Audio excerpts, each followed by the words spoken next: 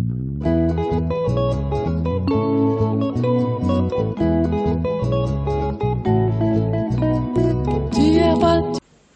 sa résurrection d'entre les morts, Jésus-Christ notre Seigneur. Par lui, nous avons reçu la grâce et l'apostolat pour amener en son nom à l'obéissance de la foi tous les païens. Ok. Nous allons parler du royaume, de notre royaume. La parole de Dieu nous parle de 5 royaumes, selon Daniel. Daniel chapitre 2, tout le chapitre 2, et Daniel chapitre 7 également.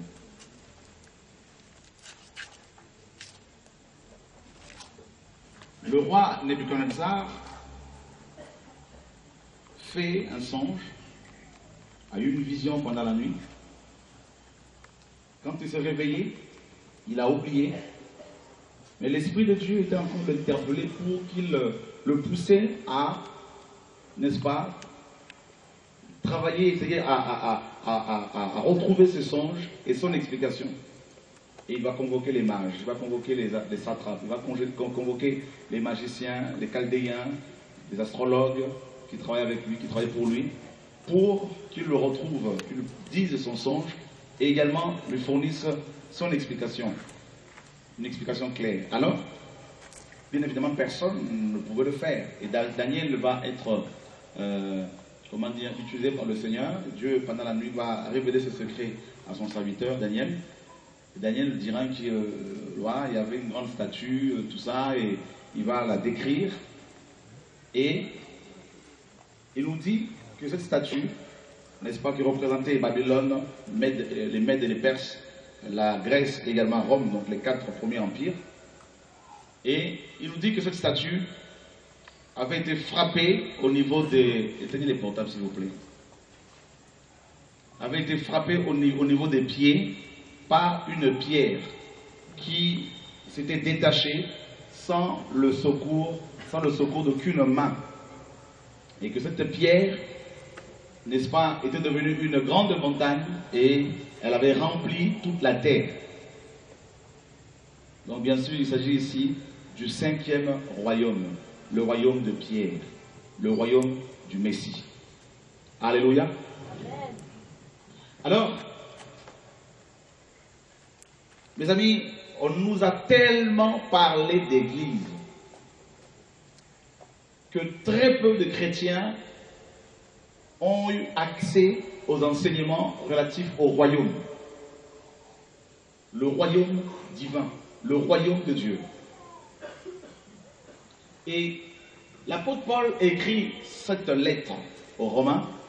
Je vous disais la dernière fois que Paul n'était pas à la base de la naissance de cette église. Ce n'est pas lui qui l'a bâti. C'était des prosélytes et des juifs qui étaient à Jérusalem dans Acte 2 lors de la Pentecôte, qui en rentrant à Rome ont, n'est-ce pas, communiqué ce feu du réveil à des Romains, à des personnes qui étaient là. Et c'est comme ça que cette église est née. Et l'apôtre Paul va apprendre qu'à Rome, il y avait des chrétiens qui étaient zélés, parce qu'il dit que leur foi était renommée dans le monde entier. Et il va leur écrire cette lettre. D'emblée, il présente le message qu'il prêchait. Il leur fait comprendre que l'évangile concerne le Fils de Dieu, déclaré Fils de Dieu avec puissance. Et ce Fils de Dieu, Yehoshua, est issu de, n'est-ce pas, David. Or, David, comme vous le savez, est le plus grand roi juif. Bien que Salomon était le roi le plus sage, mais David était le roi le plus puissant. C'est un guerrier, l'homme selon le cœur du Seigneur. Alors, pourquoi Paul va-t-il leur parler tout de suite de David, n'est-ce pas, de Jésus comme étant fils de David? Tout simplement, Paul voulait d'emblée que les Romains connaissent, comprennent que le Seigneur qu'ils adoraient est le roi des rois et qu'il est au-dessus, n'est-ce pas, des empereurs romains. Vous savez, si vous voulez comprendre un peu la puissance que Rome avait, la puissance militaire, économique, politique.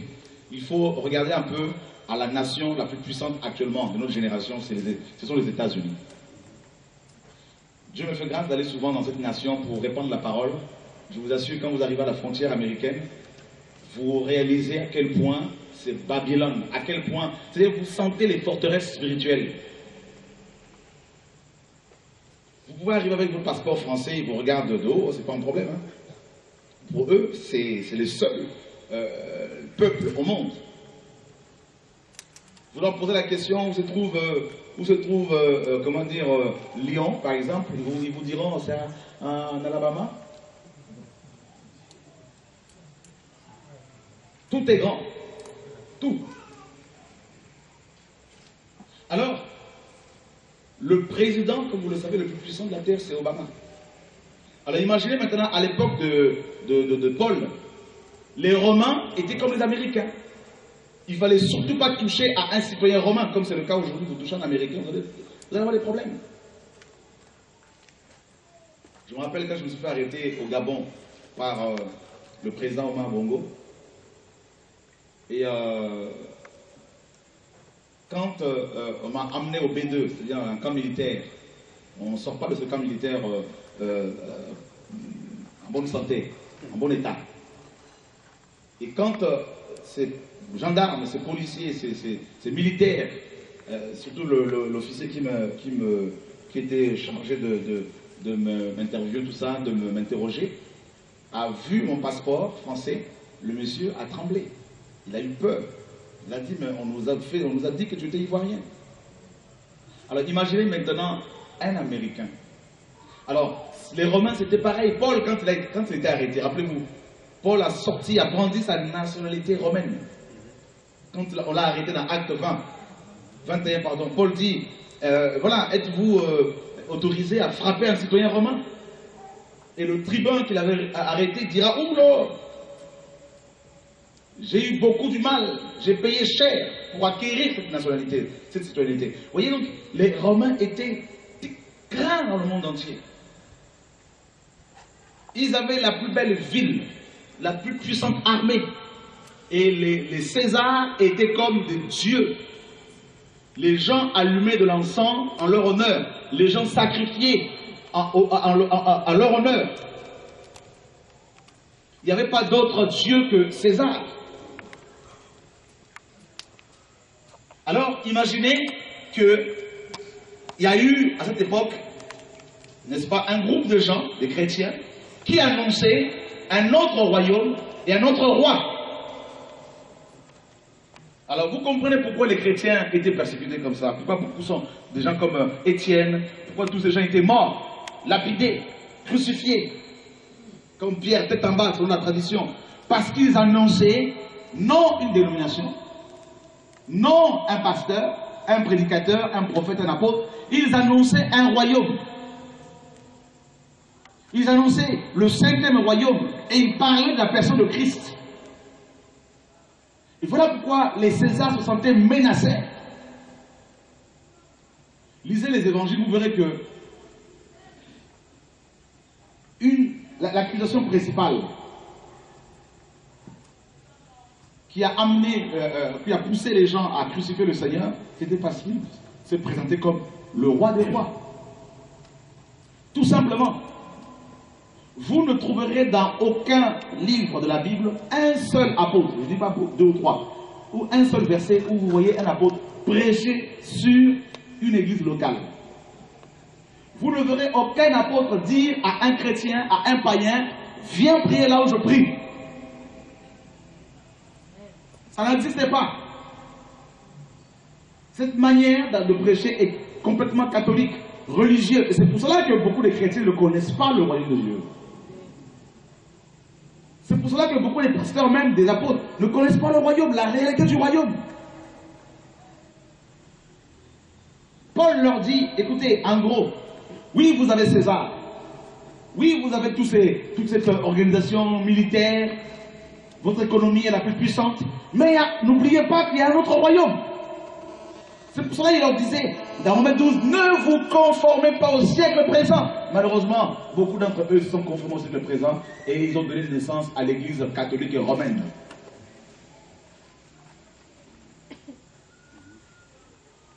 Alléluia.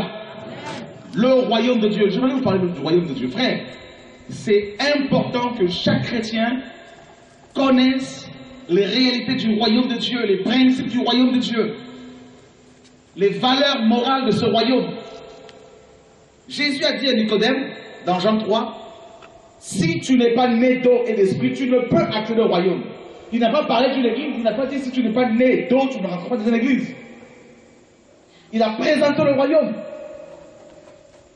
Nicodème, un grand docteur considéré par les Juifs, ne connaissait pas le royaume de Dieu.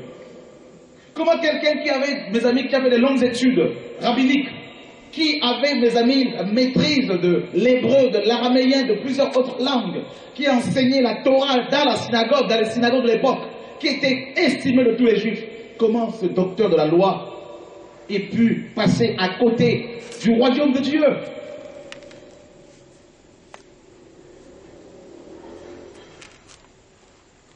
Quand vous voyez des chrétiens qui, mes amis, se jugent en fonction de leur origine tribale, ethnique, vous pouvez rapidement comprendre qu'ils n'ont pas, ils ne comprennent pas le royaume. Ils n'ont rien compris du royaume. Quand vous avez des chrétiens qui vont refuser que leurs filles, leurs fils épousent des femmes ou des hommes qui ne sont pas de la même tribu que eux, ethnique qu'eux, bien que se réclamant de Christ, vous pouvez déjà comprendre qu'ils n'ont pas compris le royaume.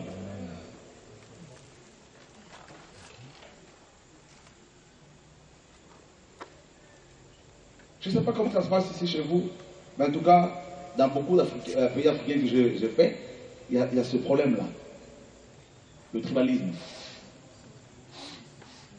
Est-ce que c'est le cas ici aussi? Puis, c'est grave. Ici, c'est l'arbre. Alléluia. Alors, je crois que ce soir, Dieu va nous aider.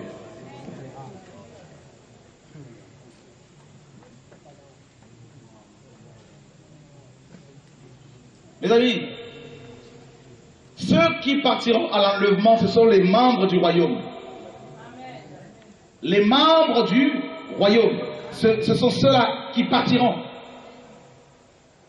Croyez-moi. Et les temps sont difficiles. On va prendre un passage. Oh Seigneur, aide-nous. Nous sommes dans le livre de Matthieu, chapitre 21. Est-ce que quelqu'un peut nous lire du verset 33 au verset 43? Rapidement. À haute voix, s'il vous plaît, parce que... Il y a une autre parabole. Il y avait un homme, maître de maison, qui planta une vigne. Il entoura d'une haie.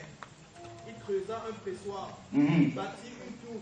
Puis il la ferma à des vignerons dans le pays.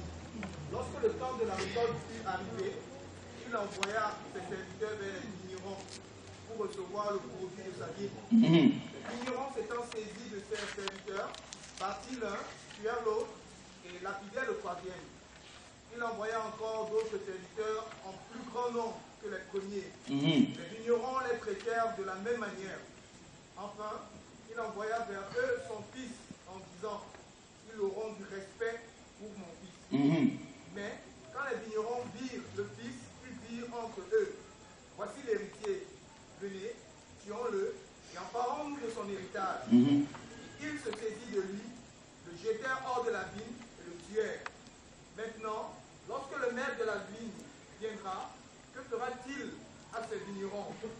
Il lui répondit, il fera périr misérablement ces misérables. Et il affermera la vigne à d'autres vignerons qui lui en donneront le produit au temps de la récolte. Jésus leur dit, n'avez-vous jamais lu dans les Écritures, la pierre qu'ont rejeté ceux qui bâtissaient est devenue la principale de l'ange. C'est du Seigneur que cela est venu. C'est un prodige à nos yeux. C'est pourquoi, je vous le dis, le royaume de Dieu vous sera enlevé et sera donné à une nation qui en rendra les fruits. verset 44, celui qui tombera sur cette pierre s'y brisera. Et celui sur qui elle tombera sera écrasé. Vous voyez, cette parabole nous parle de réalité du royaume. Suivez très bien, s'il vous plaît. J'aimerais vraiment nous partager ces réalités-là parce que ça va vous aider. Vous n'avez pas remarqué que toutes les paraboles pratiquement ont un trait avec le royaume? La plupart, si ce n'est toutes. Et on ne dit pas, voilà cette parabole qui... En fait, ces paraboles n'ont pas forcément une relation directe avec l'église ou les églises locales. C'est toujours le royaume. Le royaume de Dieu est semblable. Le royaume de Dieu est semblable. Le royaume de Dieu est semblable. Parce que Jésus est venu présenter le 5e royaume. Alléluia. Il a voulu nous amener dans son royaume et non dans les bâtiments d'église. Il a voulu que nous ayons une relation personnelle avec le pasteur des pasteurs et non avec nos bishops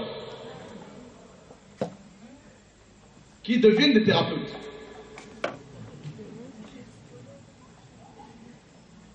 Quelqu'un m'entend-il ce soir? Qu'est-ce qu'il enseigne ici? Il parle de sa vigne. Et ici, en fait, c'est une typologie. La vigne, c'est Israël. Et Dieu la confie aux Hébreux. Il a confié la terre de Canaan aux Hébreux. Il avait promis à Abraham dans Genèse 15, en lui disant que tes descendants seront étrangers. Seront, n'est-ce pas, étrangers sur une terre qui ne sera pas à eux. Pendant 4 siècles, ils seront oppressés. Et ensuite, je veux, n'est-ce pas, les libérer de là pour les amener sur cette terre que foulent tes pieds. Voilà la vigne de l'Éternel, Israël. Dieu l'a confié, n'est-ce pas, à des vignerons, les rois, les juifs. Et au temps de la récolte, il envoie ses ouvriers, c'est-à-dire les prophètes, matin, soir, pour dire aux Hébreux, maintenant revenez à Dieu parce que vous vous êtes écartés de sa parole, de la Torah. Revenez au Seigneur. Ils ont lapidé quelques-uns, ils en ont tué d'autres. Et Dieu dit, j'enverrai mon propre fils, l'héritier. Rappelez-moi le frère là-bas qui dort. Ne dormez pas, s'il vous plaît. On doit aimer l'enseignement. Alléluia. Il ne faut pas aimer seulement quand il y a prophétie, tout ça, là, quand ça bouge. Si vous êtes fatigué, mettez-vous debout. Sinon, ça va me pousser à arrêter l'enseignement. Ce serait dommage.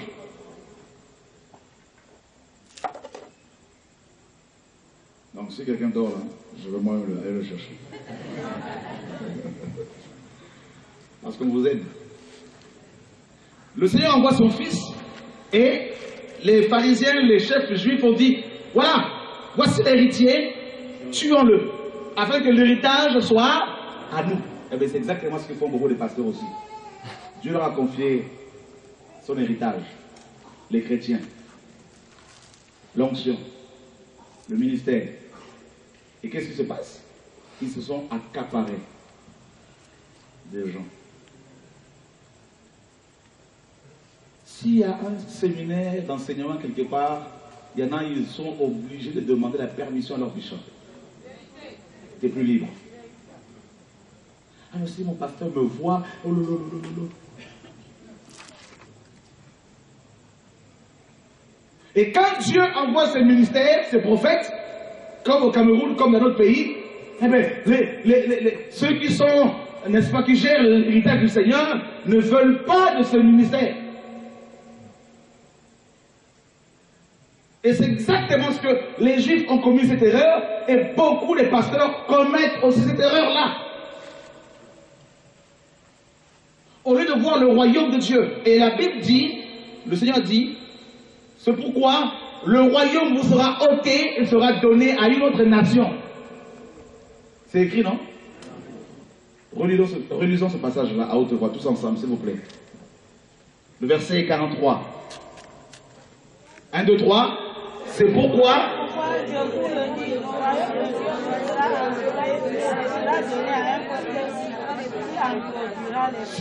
le royaume de Dieu vous sera ôté et sera confié à une autre nation qui saura correctement le travailler, le gérer.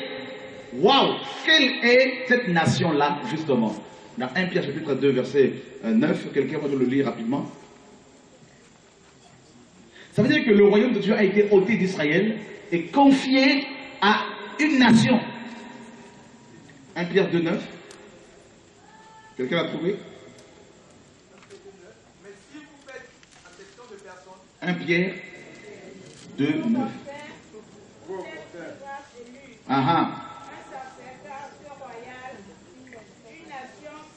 Tu t'arrêtes là, merci. Vous, au contraire, vous êtes un peuple élu. Un sacerdoce royal, une nation sainte. Vous voyez, on nous parle du sacerdoce royal.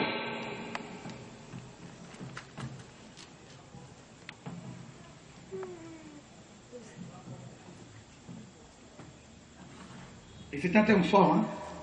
Frère, ça veut dire que en fait, Dieu dit lui-même que l'Église est une nation. Est-ce que tu as compris que l'Église est une nation plutôt qu'un bâtiment? Donc si l'Église est une nation, donc l'Église est membre du royaume de Dieu. Et dans toute nation digne de ce nom, il y a des règles, il y a des lois, il y a un gouvernement. Il n'y a pas de désordre comme ça. Il y a de l'ordre.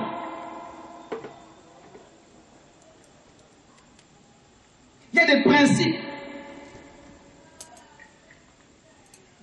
Donc Jésus nous enseigne qu'il a confié le royaume à son épouse. Frère, quelle responsabilité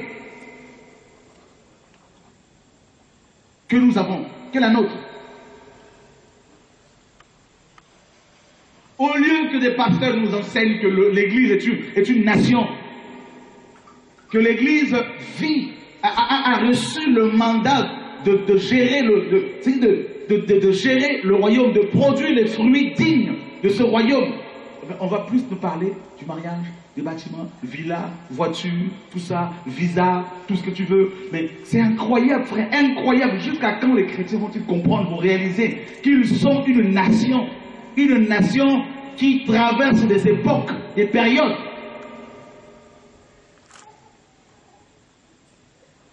Le royaume de Dieu, nous dit la parole, c'est un royaume, de pierre. Un royaume de pierre, la stabilité. Ce n'est pas un royaume qui est instable. Ce matériau est souvent utilisé dans la Bible comme en typologie pour nous parler de la fermeté, de la stabilité. C'est-à-dire, les membres du royaume de Dieu ne sont pas, mes amis, dans l'instabilité. Ce ne sont pas des chrétiens yo-yo. Aujourd'hui je prie, je jeûne, demain c'est le monde, je mélange. Aujourd'hui c'est tout feu, tout flamme. Après le lendemain, je tombe un peu. C'est pas ça le royaume de Dieu. Il y a la stabilité, il y a la constance. alléluia.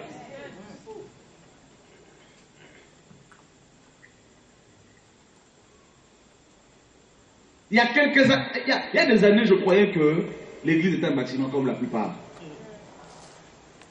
Mais aujourd'hui, frère, je ne veux même plus qu'un pasteur vienne me contrôler ou une organisation religieuse. Le royaume de Dieu, c'est un royaume de pierre. Il est dit qu'une pierre se détache de la montagne, du ciel, la montagne de Sion, sans le secours d'aucune main. Dieu n'a pas besoin qu'on l'aide. Voilà la réalité du royaume. Et la pierre va frapper la statue au niveau des pieds. Or, la statue de Nebuchadnezzar, au niveau des pieds, c'est la Rome impériale, le 4e empire.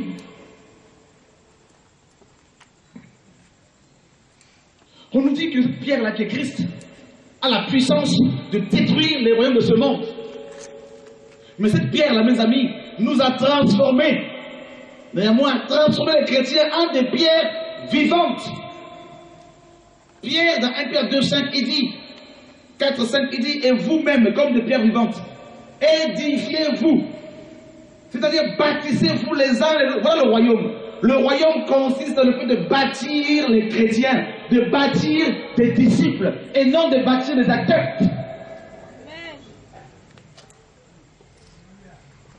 Comment peut-on savoir qu'on devient adepte d'un pasteur? Eh bien, si le dimanche, tu t'absentes de l'assemblée et que le pasteur t'appelle pour te dire tu étais où? Ça veut dire tout simplement que tu n'as pas répondu à l'appel et tu... Voilà. Au lieu de te demander comment vas-tu, mais souvent c'est tu étais où? Je ne sais pas, le dimanche.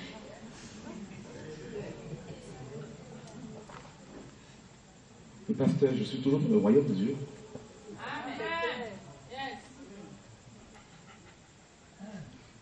Alléluia. Quelqu'un peut entendre ce soir? Amen. Et vous êtes comme des pierres vivantes. Vous savez, il y a une différence entre pierre. Regardez le... Oh, Dieu est bon. Regardez le contraste. Nous sommes des pierres vivantes. Et Babylone, c'est des briques. Les briques sont de fabrication humaine. Elles n'ont aucune vie en elles. Regardez bien, elles sont figées. Mais les pierres précieuses sont façonnées par la nature pendant des milliers et des milliers d'années par la force des eaux, la force de la chaleur, n'est-ce pas, de la pression, pardon, de la chaleur. C'est Dieu lui-même dans la nature qui façonne les pierres précieuses. Diamants, émeraudes, tout ça. Vous voyez?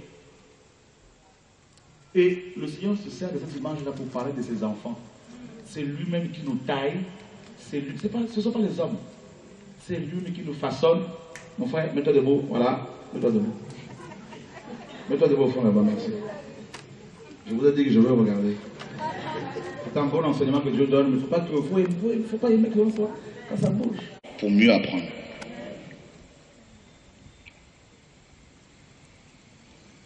Et la parole dit, édifiez-vous en tant que pierre vivante. Ça veut dire que tel que tu es en tant que pierre vivante, tu peux aussi bâtir un apôtre. Yes. Tu peux aussi imposer les mains à un bishop. Vérité.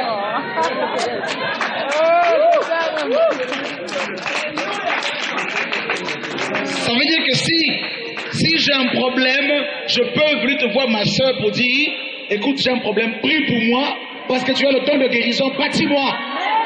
C'est ça le royaume de Dieu. Quelqu'un m'entend-il ce soir?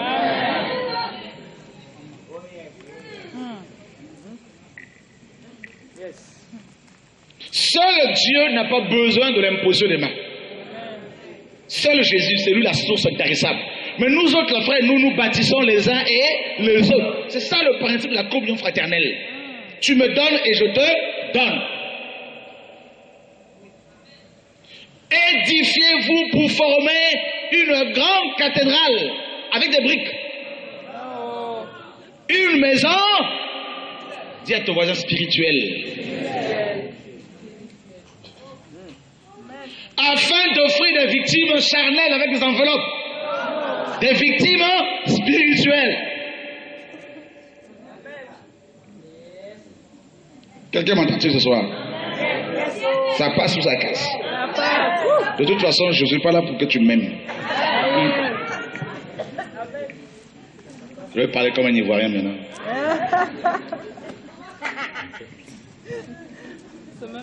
Le coin gâté. Alléluia. Le royaume de Dieu. Un royaume de pierre. La pierre vivante. C'est pour ça qu'on dit, il a dit que si cette pierre-là, angulaire, tombe sur toi, elle t'écrase. Et bientôt, elle va tomber sur beaucoup de gens. Parce qu'elle est en train de revenir, frère. Vaut mieux être de la même nature que la pierre. C'est-à-dire la pierre vivante. Et Pierre dit, approchez-vous de lui. Pierre précieuse, rejetée par les hommes. Cette pierre-là, le royaume de Dieu, est rejetée par les grands bishops. Rejetée par les gens de ce monde. Et toute personne qui s'approche de la pierre angulaire sera rejetée. Voilà le royaume de Dieu, frère. Maintenant, tu peux te rasseoir, le soleil est parti parce que je veille sur toi. Alléluia. Tu vas repartir bien comme il faut. Là.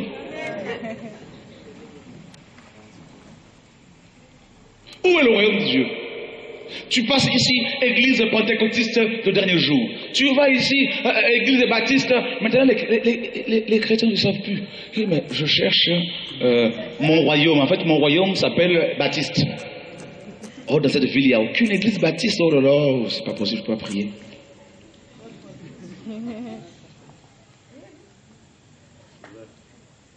Ministère de la réconciliation. Tac, pancarte. Logo. Une colombe au-dessus d'une croix,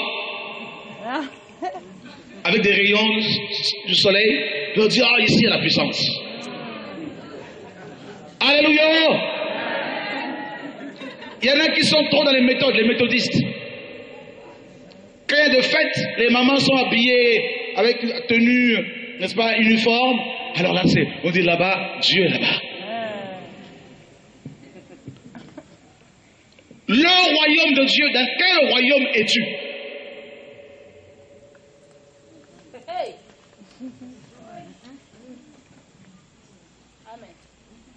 Quelqu'un m'a dit, ouais, mais tu sais le foulard que je mets, parce que quand je prie, la parole dit que quand la femme prie, il faut qu'elle soit, n'est-ce pas, couverte, tout ça.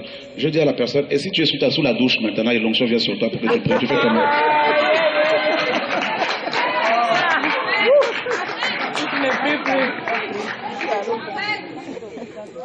Parce que ma Bible dit prier sans cesse.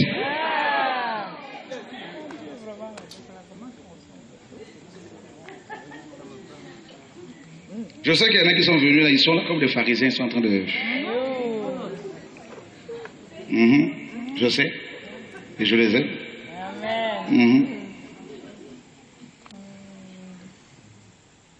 Dieu est bon. Amen. Le royaume, moi j'aime le royaume. Ne me mettez pas dans une organisation religieuse. Oh frère, il faut collaborer avec un tel. Je dis frère, je collabore avec le Saint-Esprit déjà. Amen. Je collabore avec toutes les pierres vivantes. Amen. Qui prêchent le royaume. Amen. Voilà. Un chrétien qui est dans le royaume est comme du vent. Essayez un peu là d'attraper le vent. Essayez, faites l'expérience. Si on arrive à te cerner, tu n'es pas dans le royaume. Celui qui est né de nouveau est comme du vent. Tu ne sais ni d'où il vient, ni où il va. Quand on commence à te cerner, le royaume, c'est pas ça.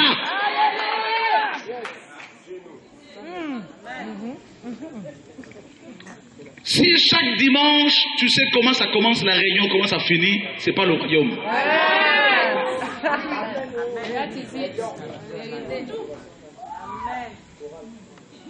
Alléluia. Qui sont ceux et celles qui veulent vivre le royaume de Dieu? Nous sommes un sacerdoce royal. Littéralement, nous sommes des rois. Dis à ton voisin, tu es un roi. Tu es roi.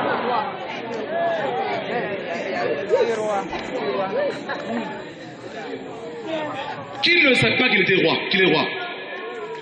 Apocalypse 1 nous dit que Jésus a fait de nous des rois. Dites-moi maintenant. Regardez-moi le nombre de rois dans ces bâtiments qu'on appelle église. Comment ces rois sont dirigés, contrôlés. Un roi règne. Un roi a le bateau de commandement. Un roi gouverne.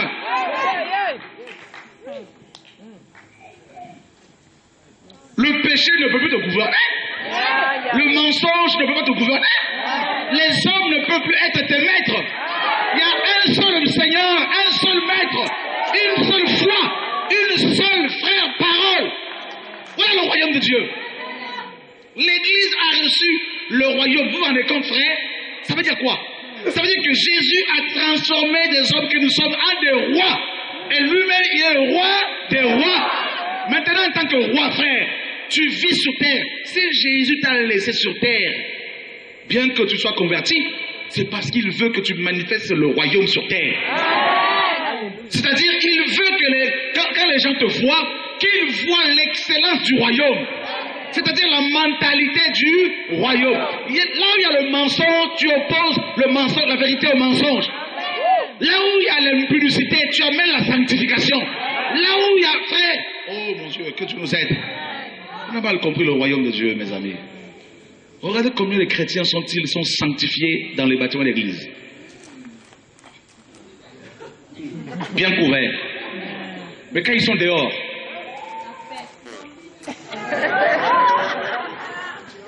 Regardez, parce qu'on nous a trop prêché sur les églises dénominationnelles.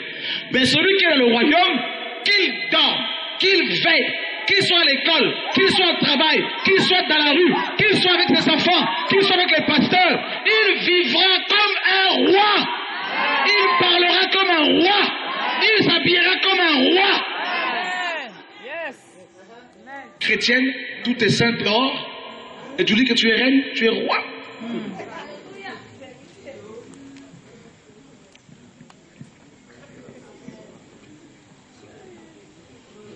Seigneur, aide-nous. Dis à ton voisin que Dieu nous aide. Répète, il nous a déjà aidés.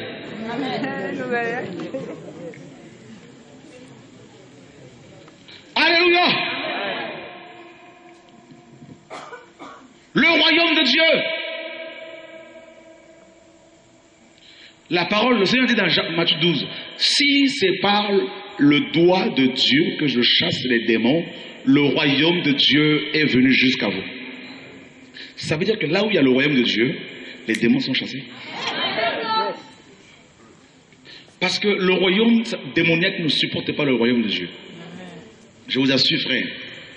Un vrai chrétien, quand il arrive dans une maison où il y a la sorcellerie, une maison hantée, tous les démons laissent place. Tu n'as pas besoin de prier. Rien que ta présence fait que les démons cèdent. Parce que la Bible dit que l'ange de l'Éternel campe autour de ceux qui le craignent pour les arracher au temps. Tu n'as pas besoin de te réveiller à minuit pour combattre. Combattre quoi encore, frère? Sorcellerie.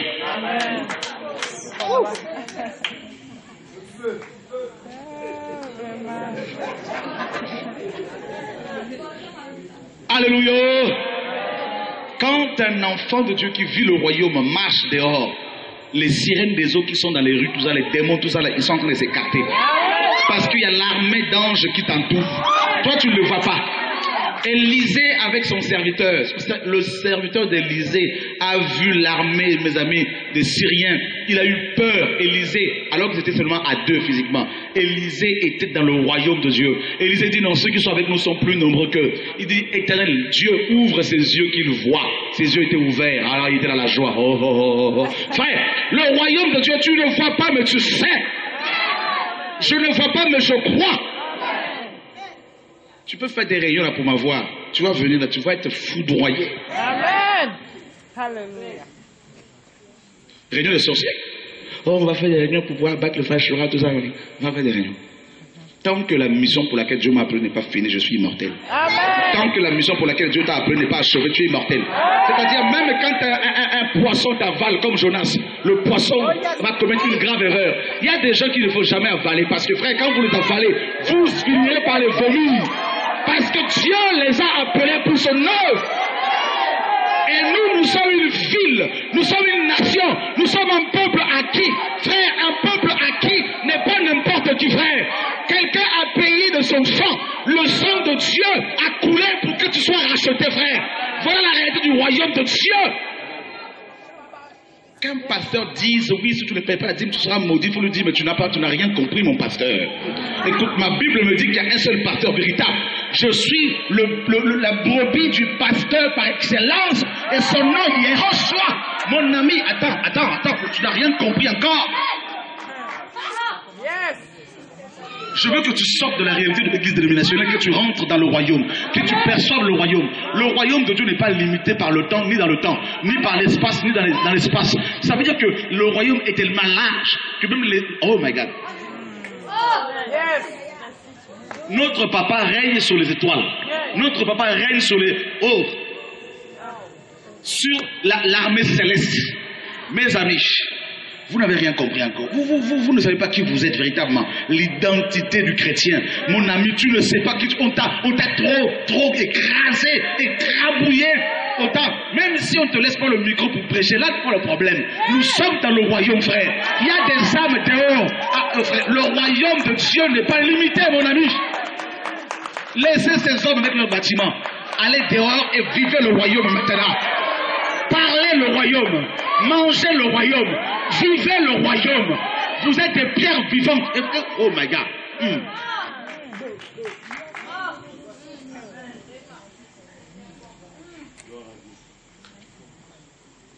Oh non, tu seras maudit, je vais te maudire si moi je suis ton papa dans la foi. Oui, oh. Il est dit clairement qu'il y a un seul Père. Amen. Moi, la fils du Dieu d'Abraham, d'Isaac et de Jacob, tu vas me maudire. Moi, qui suis déjà béni, ressuscité et assis dans les lieux célestes, dans le royaume du Père. Toi, la Bible dit dans Colossiens 1,12, rendez grâce au Père qui nous a rendus capables d'avoir part à l'héritage des saints. Mon ami, tu es héritier de Dieu, ton héritier avec Christ. Si tu n'es pas n'importe qui, tu es membre du royaume et tu es roi. Tu as été transporté. Le jour de ta conversion, il y a eu un transport. Du royaume des ténèbres au royaume de lumière, où tu as la rédemption et la rémission de tes fautes. Tu n'as pas besoin de venir me voir pour m'exposer tous tes problèmes. Non, laisse-moi tranquille. Viens me voir pour m'encourager simplement. Arrêtez un peu toujours les petits problèmes. Non, problème de loyer. Non, man, vous n'avez pas. Non, frère. Non. Oui, il y a des gens qui ont des grâces particulières, c'est vrai. Mais quand tu as des cas de maladie incurables, on peut prier. Mais frère, vous devez comprendre qui vous êtes. Je suis votre frère. Je ne suis pas plus grand que vous. Je ne suis pas plus puissant que vous, frère. Notre grand frère à nous tous, c'est lui le plus fort, le plus grand. Il se trouve qu'il est ton papa, Jésus de Nazareth, et notre créateur. Il faut que tu réalises qui tu es.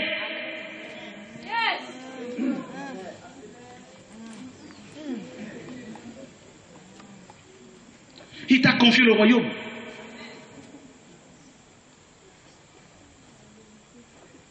Quand Dieu m'envoie dans les pays maintenant, il y a des villes qui sont secouées. Non parce que je suis grand, mais parce que quand le royaume arrive quelque part. Je suis allé en repos, en vacances, pendant 1 mois à Montréal, avec ma famille pour nous reposer. Les pasteurs tremblaient. L'antichrist est sur place. Oh, je suis en repos. Dormez. Le royaume, mon ami. Dis à ton voisin, le royaume. Alléluia. On va te traiter de tous les noms. Non parce que tu es vilain, mais parce qu'il y a le royaume en toi. Tu dois savoir qui tu es. Tu fais peur aux gens. Et je vous assure, avec ce message-là, vous allez de plus en plus faire peur aux religieux.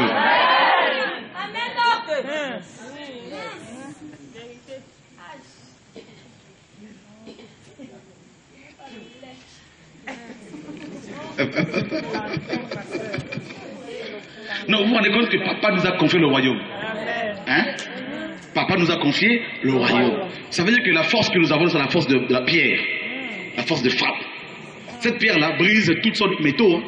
Ah oui, l'or, les reins, tout ça, ça brise tout. Vous vous rendez compte, la force de la pierre, c'est la force que tu as. Quand tu te lèves simplement là, et que tu dis, Père, Maïda, si tu voyais les démons comment ils fuient. Vous avez des enfants, non? À 3 h du matin, votre enfant crie, Maman! Je vous assure, vous allez vous lever, même si vous étiez en train de rêver, vous allez vous lever et traverser les murs. Parce que l'enfant a crié, Maman, Papa. Imaginez maintenant notre Papa céleste.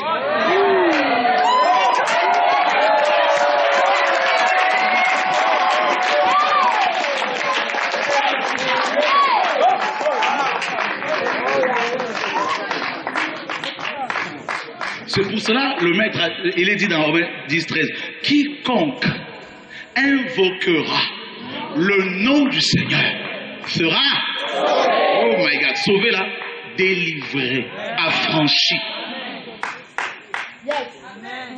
Il reconnaît la voix de ses fils et ses filles. Quand on le crie, Père, il est dit que nous avons reçu l'esprit qui nous fait crier Abba, Père. Oh my God. Ce n'est pas un esprit de timidité, frère, qu'on a reçu. Ce n'est pas un esprit de peur. Mes amis, son esprit nous remplit de force. Et quand nous invoquons son nom, frère, le ciel est bouleversé, secoué. Et, my God. Étienne était lapidé, il se met à genoux. Il dit, Seigneur Jésus. Christ était debout. On nous dit qu'il était debout. Quand tu invoques le nom de Yahushua, étant membre du royaume, parce qu'il y a une attaque quelconque, tu n'as pas besoin de trop parler. Le royaume, c'est l'assurance. Le royaume, c'est la fermeté. Le royaume, mes amis, c'est la conviction. L'officier romain à qui, n'est-ce pas, dont le serviteur était malade, il appelle le Seigneur pour qu'il aille chez lui. Par la suite, il envoie quelqu'un d'autre pendant que le Seigneur se rendait chez lui. Je ne suis pas digne, disait-il, que tu entres sous mon toit. Dis seulement un mot. Parce que moi qui suis soldat, je suis soumis à des supérieurs et j'ai aussi des soldats sous mes ordres. Et quand je dis à l'un, si je dis à l'un va, il va. À l'autre viens, il vient. Oui, le royaume c'est ça. C'est la parole. Il n'y a pas besoin de trop parler. Quelqu'un vient te voir pour la délivrance. Tu n'as pas besoin forcément de crier, que ça bouge. Non. Tu peux dire, lève-toi, c'est fini, c'est réglé. Pas. Au nom de Yahushua. Le royaume. Naaman va voir Élisée. Élisée n'est pas sorti avec la prière bizarre, là, tout ça. Il faut d'abord une chorale pour que l'onction descende, je ne sais pas quoi. Élisée dit à Géasi, va lui dire d'aller se baigner cette fois au Jourdain. Ça sera réglé. Naaman dit non, mais je croyais quand même qu'il allait sortir, faire une prière prophétique, tout ça, et prendre quand même mon offrande du prophète. Élisée n'était même pas sorti. Quel enseignement pour nous. Alors qu'Élisée, c'était sous la loi. Maintenant, toi, enfant de Dieu, tu as Jésus-Christ en tant que roi en toi. Tu as Jésus-Christ en tant que souverain sacrificateur en toi. Tu as Jésus-Christ en tant que prophète par excellence en toi. Sous la loi, aucun homme n'avait ces trois types d'onction. David était sacrificateur, était roi et prophète, mais n'était pas sacrificateur. Donc ça veut dire que la grâce que nous avons, nous, enfants du royaume des cieux, est plus grande que la grâce que Élie avait. Élie, quelle que soit son onction, n'a pas chassé un démon. Mais toi, une seule parole, les démons sont soumis. Tu te rends compte de l'autorité que tu as, la force de la pierre, mais qui peut encore t'écraser? Qui peut encore te manipuler aujourd'hui? Oh, que Dieu nous aide. Ce n'est pas parce que tu n'as pas de titre que tu n'es pas puissant. Les titres ne confèrent aucune puissance, aucune autorité. Les démons s'en foutent réellement, s'en fichent des titres. Ils ont peur des rois qui ont Christ en eux. Amen. La mentalité du royaume. Si tu vois une femme bamileke, toi tu es bassa. Si Dieu te dit c'est ta femme. Dans le royaume, il n'y a pas d'ethnie. Il n'y a ni juif, ni grec, ni homme, ni femme. Et tu dis ça. Voici celle qui est os de mes os et la chair de ma chair. Oh Seigneur, donne-moi un homme, s'il te plaît, tout ça là. Ça fait 10 ans que tu demandes un homme parce que tu demandes toujours un bamileke.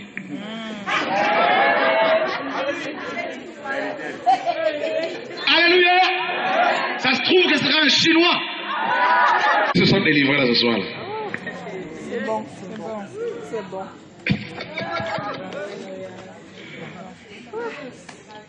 On se fait trop avoir, n'est-ce pas? Oh là là. Chaque dimanche matin, nous allions dans nos petits royaumes.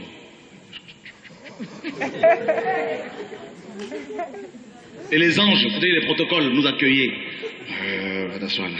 Surtout pas devant parce que là-bas c'est réservé aux grands donateurs, aux partenaires financiers. Et puis les deux fauteuils en cuir, c'est réservé au roi et à la reine, qui sont servis pendant le culte par les anges en boisson parce qu'ils ont chaud. Et vous n'avez jamais chaud. Pendant que vous avez soif, vous mourrez de votre soif.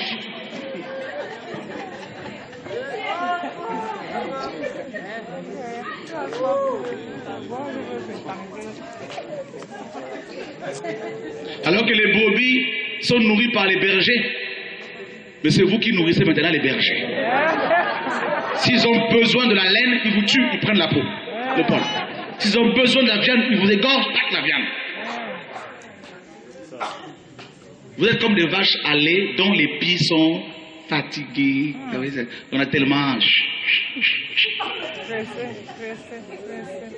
Plus de lait. Mais gloire à Dieu parce que l'évangile du royaume arrive ici. Au nom de Yahushua. Si on vous pose la question maintenant, quel est le nom de votre église? Mon église n'a pas de nom. Je suis membre de l'épouse de Christ. Je suis du royaume de Dieu. Mais qui est ton pasteur? Mon pasteur, c'est Jésus-Christ de Nazareth. Quels sont le jour où vous adorez Dieu? Il est écrit que je dois l'adorer tous les jours. Priez sans cesse. Quelle est votre tenue spéciale? On n'a pas de tenue spéciale. Notre tenue spéciale, effectivement, c'est Jésus. Revêtez-vous de Christ. Hey! Alléluia!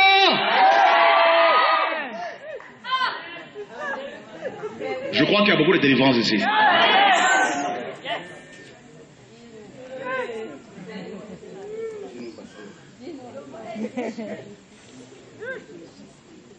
Frère, quand Dieu m'a enseigné ces réalités sur le royaume là, je vous assure, tu es libre.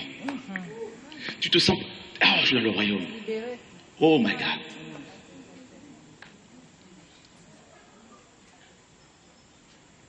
De plus en plus, quand je prends l'avion, les stewards, tout ça, les hôtesses, il y en a qui sont étonnés, dépassés parce que l'onction vient sur moi. Dieu donne des paroles et connaissances. Il y en a un qui s'est converti. Je rentrais du Canada il y a 3 mois. Je devais rentrer. En fait, j'ai repoussé et j'ai avancé mon retour d'une semaine à peu près. Et je devais m'asseoir sur la rangée 15, je changeais. Dieu m'a poussé à changer, j'étais sur la rangée 30. À l'issue de secours. Et en face, il y avait, n'est-ce pas, un steward qui était là, chef de cabine, un Français en blanc. Après le décollage, l'onction vient sur moi. Le royaume, frère, c'est beau. Oh my God. On commence à parler avec, on parle tous les deux. Il commence à me parler. L'onction vient, le monsieur commence à ouvrir son cœur. Il vient carrément devant moi, quitte son siège. Il n'a même pas servi. Comme il est chef, il a enlevé ses galons, tout ça là, pour ne pas être dérangé. Et il disait aux gens, à ses amis, tu vois, ce monsieur est spécial. Amen. Amen, amen. Il ne croyait pas tellement en la puissance de Dieu. Quand il fallait parler de la science, j'étais là, on parlait. La médecine, on était là. Technologie, on était là. Les étoiles, tout ça. Tout. Les religions, tout ça. Et quand, à un moment donné, Dieu me dit, maintenant, tu vas lui annoncer l'évangile. L'onction est venue, frère. Parole et connaissance, tout ce que tu veux. Le monsieur a donné sa vie à Jésus dans l'avion. Il me dit, ma femme est malade. Tu l'amènes, on va prier pour elle. Une semaine après, mes amis, le monsieur a mené son épouse au bureau. Prière. Elle a senti un vent sortir de son oreille droite. Je veux dire, c'est un démon qui est parti. Elle devait se faire opérer dans la semaine même. Et il m'appelle pour me dire, non, l'opération était repoussée. Donc, parce qu'apparemment, tout est... Vous voyez, regardez comment nous fonctionnons. Pour prêcher, il faut absolument un micro, un bâtiment. Et on se bat. Qui prêche le mieux? Oh non, moi, le jour où le bishop va me laisser seulement 5 minutes, je veux montrer aux chrétiens qui je suis. Et devant les païens, tu es comme eux, tu parles comme eux, tu t'habilles comme eux, et tu veux démontrer aux chrétiens, aux frères et sœurs, que tu es quelqu'un. Il y en a leur vision, c'est ça, oh, le jour où on va me laisser l'estrade seulement. Voilà pourquoi ils sont hypocrites avec leurs pasteurs, ils portent leur Bible, tout ça. Ils font tout pour être gentils avec les pasteurs, tout ça. Là, même s'ils le voient, mes amis, se me conduire, mais c'est pas grave parce que c'est quand même le Dieu de la salle, celui qui nous élève, qui nous abaisse.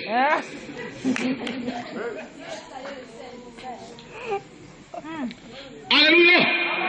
Frère, moi je dis tout. Il y en a qui disent non, il faut la sagesse parce que les chrétiens ne sont pas encore mûrs. Si vous voulez cacher la vérité, il faut cacher les Bibles. Toutes les Bibles, prenez toutes les Bibles, il faut prohiber tout. J'aime le royaume de Dieu. Est-ce que vous aimez le royaume de Dieu?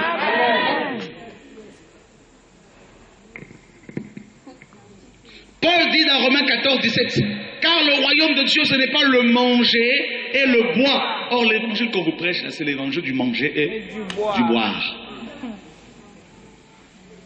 Bon, cette corbeille-là à droite est destinée aux personnes qui n'arrivent pas à trouver du boulot, du travail. Vous allez venir faire une offrande, même si vous n'avez rien, même seulement un franc symbolique, venez déposer à l'intérieur. L'offrande d'action de grâce, l'offrande sacrificielle, l'offrande de taureau, de bouc, tout ça là, venez mettre ici. Alléluia. La deuxième corbeille est destinée aux femmes chrétiennes stériles. Une offrande prophétique pour que vous ayez des enfants. Les païens sont, mes amis, ils ne sont pas en Christ, ils arrivent à avoir des enfants. Sans jeûner, sans prier.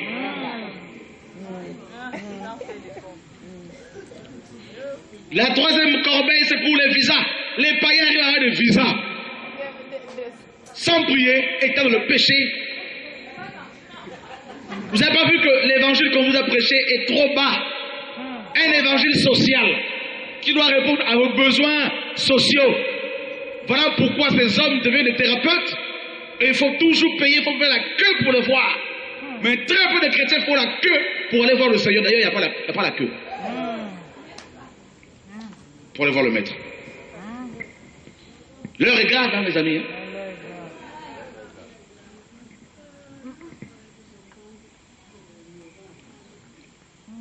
Parce qu'on nous a tellement mal enseigné. Parce qu'on nous a tellement, avec les fausses doctrines, on nous a tellement rendus captifs. Captifs des hommes. Dépendants des hommes.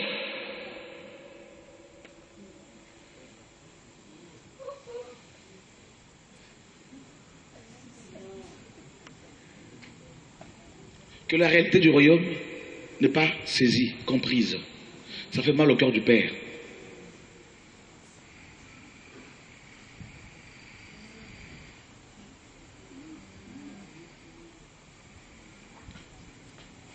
Je sortais de la radio à 23h d'une émission sur Radio de Vie.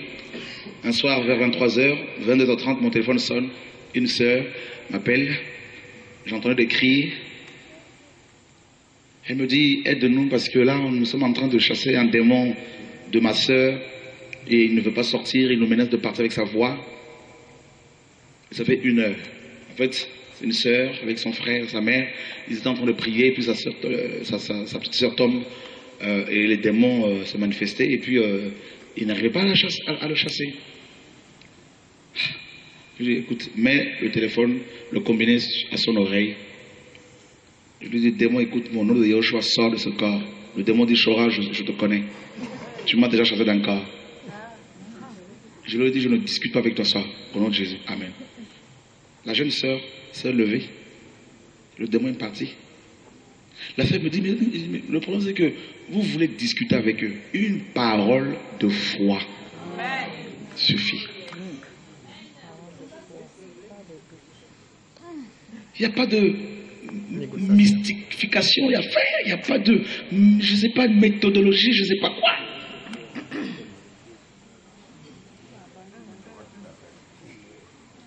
Vous avez vu l'apôtre Pierre faire une campagne d'évangélisation, affiche, tout ça, photographie, tout ça, pour dire aux gens, venez, Pierre va faire des miracles. Non, le royaume de Dieu, c'est pas ça. Le royaume de Dieu, j'arrive quelque part, je parle avec 2-3 personnes, Dieu se manifeste, ces 2-3 personnes vont parler, témoigner elles-mêmes, de bouche à l'oreille, et les gens vont...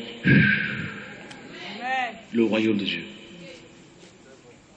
Ce n'est pas le manger, le boire. Comment Satan a réussi à nous tromper en nous communiquant cet évangile qui traite nos problèmes sociaux.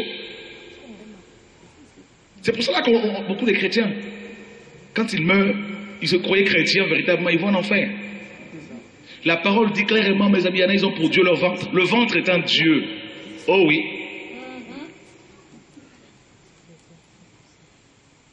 Mais le royaume de Dieu, c'est d'abord la justice, l'intégrité. Combien sont-ils intègres? Est-ce que tu peux confier ton argent à quelqu'un, un chrétien, et qui te le garde pendant des mois et des mois?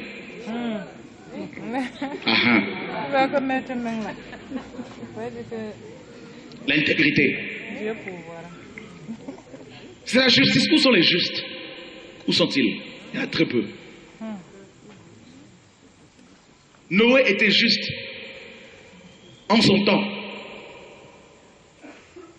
La Bible nous dit dans Romains 5:1, nous sommes justifiés par la foi en Jésus, déclarés justes. Mais nous devons produire les fruits de la justice, la vérité, la sanctification, la crainte de Dieu. Si tu crains plus les pasteurs que Dieu, tu n'es pas dans le royaume. Je veux dire, si tu fais semblant de prier, regarde, je connais les chrétiens. Parfois, lors de réunions telles que celle-ci, parfois je ne suis pas, je caché quelque part, Tu vois les chrétiens, ils sont là, pendant la prière. Hein. Mais quand tu sors seulement, quand tu vois...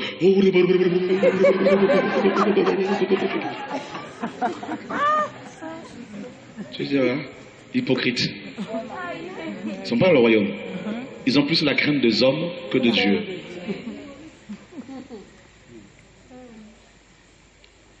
La justice. Ici à Douala, où sont les pasteurs justes, intègres? Il y en a forcément. Attention. Il y en a très peu. Comme partout ailleurs. Où sont ces pasteurs qui peuvent te voir et te dire non, tu es malade, on va prier pour toi. Tu n'as pas de transport? Tiens. Il y en a. Il y en a partout. Il y a des bons et des mauvais. Attention. Nous ne généralisons pas. Mais malheureusement, vous serez d'accord avec moi qu'il y en a très peu. Et très souvent, ces pasteurs-là n'ont pas de grandes églises. Ils sont cachés dans des petits groupes. Des vrais bergers s'occupant des âmes. Mais malheureusement, quand ça prend de l'ampleur, alors là, la vision change.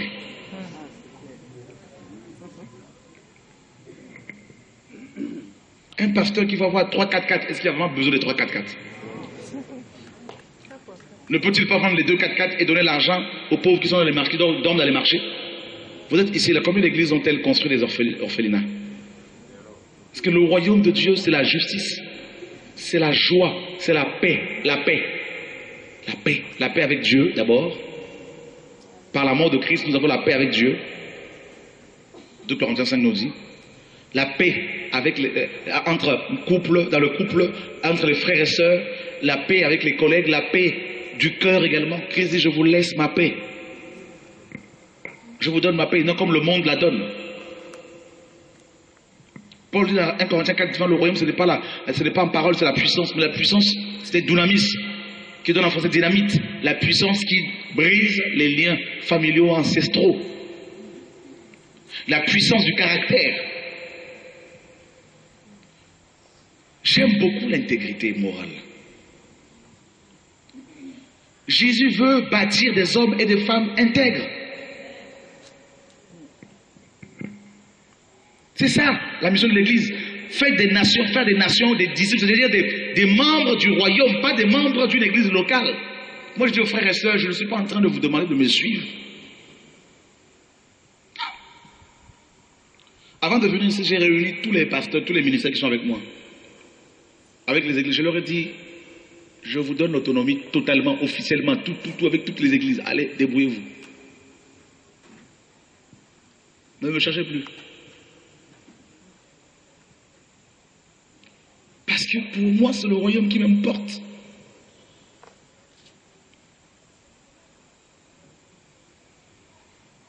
Tu dois réaliser, mon ami, que tu dors dans le royaume.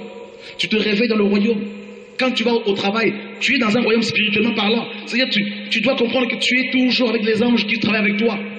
Donc quand tu mens, c'est comme si le frère aurait été là, les frères et sœurs qui sont là, ils sont avec toi et tu es en train de mentir devant eux.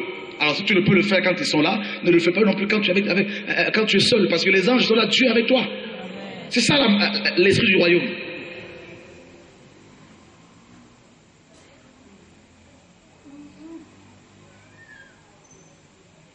Le jour où tu vas commencer à vivre les choses ainsi, tu seras agréable au Seigneur. Tu vas commencer à toucher le cœur du Père.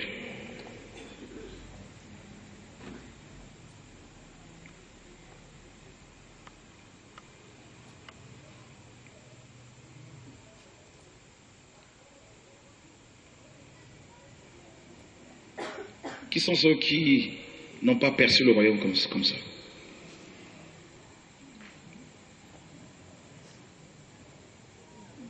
Christ nous a donné le royaume, confié le royaume. Alors, vous qui avez reçu le message, également le retour à la parole, en vue de l'enlèvement, ne tombez pas dans le piège de dire aux gens, venez prier là où nous sommes. C'est pas ça le message. Non, non, non. Prêchez le royaume. Laissez Dieu convaincre les cœurs. Si les gens disent, nous voulons venir là où vous êtes, vous leur dites, gloire à Dieu. S'ils disent non, gloire à Dieu. Nous ne sommes pas là pour dire aux gens, suivez-nous. Non, c'est pas ça le royaume.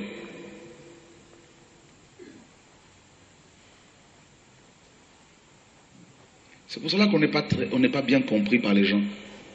Vous avez vu depuis tout ce programme, depuis la première réunion, on ne fait pas d'offrande. Ce n'est pas que nous ne croyons pas aux offrandes parce qu'on en a besoin pour faire avancer l'œuvre.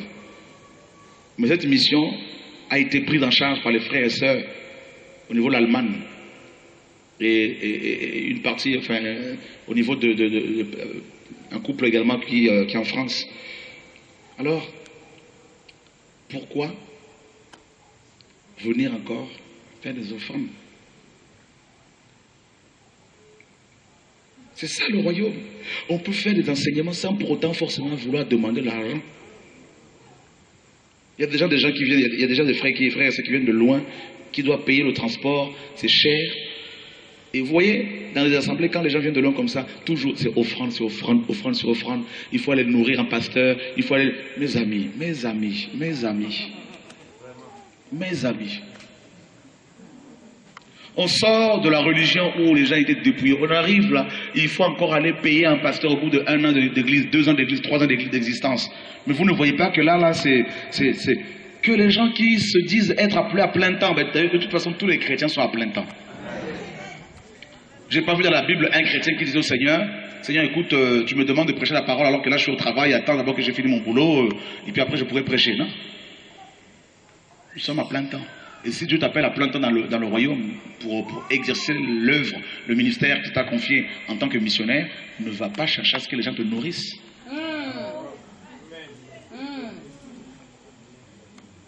Va voir celui qui t'a appelé. Amen.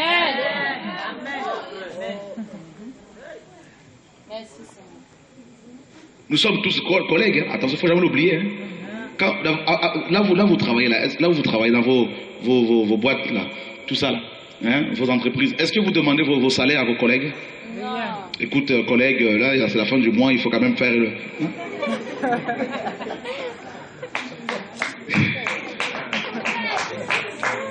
Alléluia. C'est auprès de votre employeur que vous allez réclamer votre salaire. Et s'il ne vous paye pas, vous faites grève. Comme actuellement à Londres. Comme chez nous là-bas en France. Champion de grève. Bon. Et si vous voulez, si vous n'avez pas à manger, celui qui a la mentalité du royaume va aller voir le Seigneur. Amen. Et dans le royaume de Dieu, Dieu ne nous donne pas pour amasser ici-bas. Il nous donne le pain quotidien. Amen. Donne-nous notre pain quotidien. Ça veut dire que si tu vas voir le pain mensuel, non. Chaque jour, tu vas devant le trône. Papa, je viens te voir. Comme ça, il y a une dépendance vis-à-vis du Seigneur.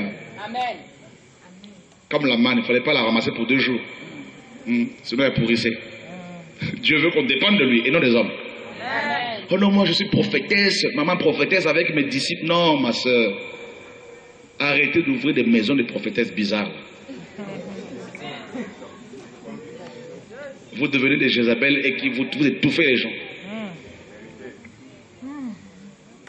C'est pas avec un don qu'on ouvre une église. Hein. Je ne sais même pas pourquoi je dis ça. Mais je crois qu'il y a une femme ici qui est concernée. Oh, c'est mes filles spirituelles. Vous ne devez pas aller voir d'autres personnes parce que c'est moi qui ai investi dans vous. Ah bon? Dieu, c'est pas lui qui a investi dans les hommes. C'est toi qui m'as créé. Celui qui m'a créé ne m'appelle pas chez moi pour que j'amène la dîme. Toi, tu m'appelles comment? Celui qui m'a créé ne met pas la pression. Pourquoi tu mets la pression? Est-ce que vous accepterez que vos enfants, tout ça, ça fait partie du royaume, que vos enfants se fassent manipuler par des charlatans? Non. Voilà. Et pour finir, sans, mes amis, cette réalité, sans la compréhension du royaume, celui ou celle qui ne comprend pas le royaume sera toujours manipulé.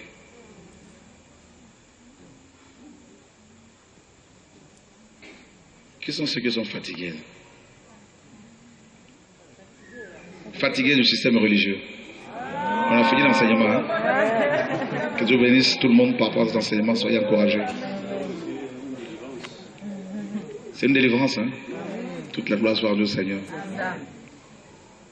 Donc ça veut dire que celui qui comprend le royaume un dimanche, il peut aller un week-end en vacances avec sa femme. Un week-end, tu peux aller un week-end, tu dis, bon chérie, on vient de se marier, hein, on va aller un week-end quelque part. Amen. Parce que le dimanche n'est pas le jour du Seigneur. Amen. Vous pouvez vous dire, bon, ce dimanche-là, on n'aura pas de réunion, on peut se retrouver un samedi soir, on partage, et puis le dimanche, on se repose. Fais comme ça. Amen. C'est la délivrance.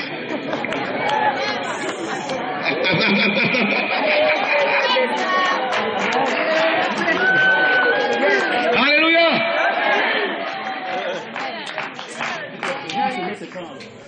Le jour du Seigneur, c'est tous les jours.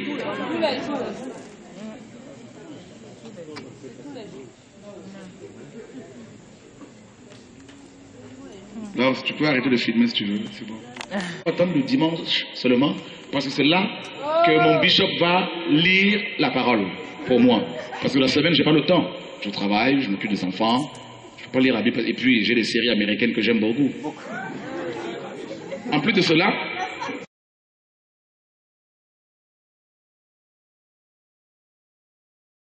au milieu d'eux.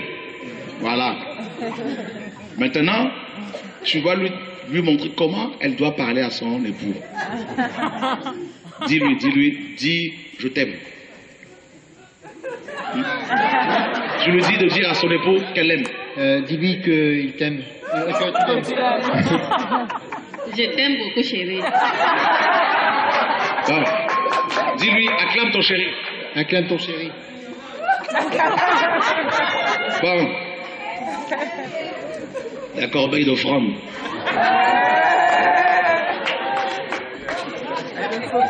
Ici, nous disons tout. Vous voyez comment ça fonctionne dans vos petits royaumes? Corbeille d'offrande, s'il vous plaît. Là, même là. Les grands paniers, là, c'est bon, même s'il y a des bouteilles. Là. Voilà. Tu vas lui dire, donne l'offrande à ton chéri. Donne l'offrande pour ton chéri. Tu mets là. Tu mets dans le panier. Tu mets à là. Voilà. Et la réunion est finie. Dis-lui bye bye à dimanche prochain. Oui. Et n'oubliez pas la réunion dimanche prochain. Bye bye. Et à dimanche prochain. Alléluia.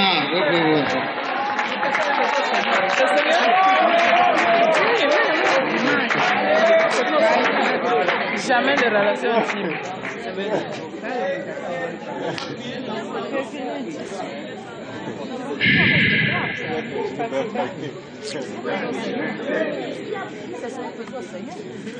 Et du coup, toute la semaine, tu vis en païen, pratiquement. Convoitise, masturbation, mensonge, colère, haine. Pas de communion avec ton époux. Juste la veille, le dimanche, là c'est purification. Le dimanche matin quand on arrive, voilà pourquoi on va commencer par demander la repentance, on invoque le sang de Jésus, on invoque le Saint-Esprit, tout ça, et puis après on est nettoyé, maintenant on peut de nouveau parler à son chéri. Et le groupe de louanges vient et on nous dit comment chanter.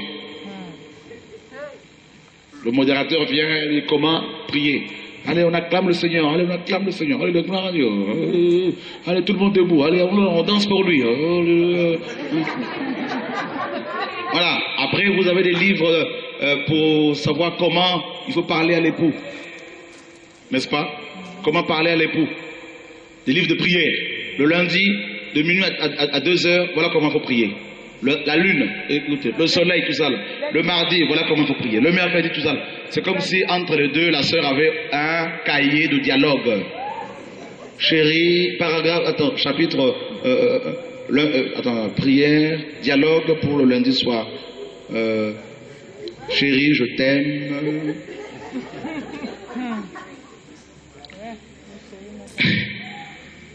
Vrai ou faux?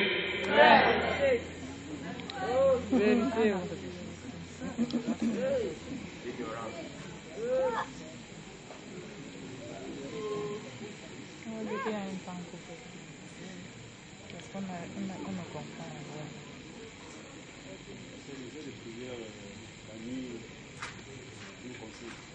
Oui, on peut prier la nuit, c'est pas un problème. Mais non, pas forcément pour les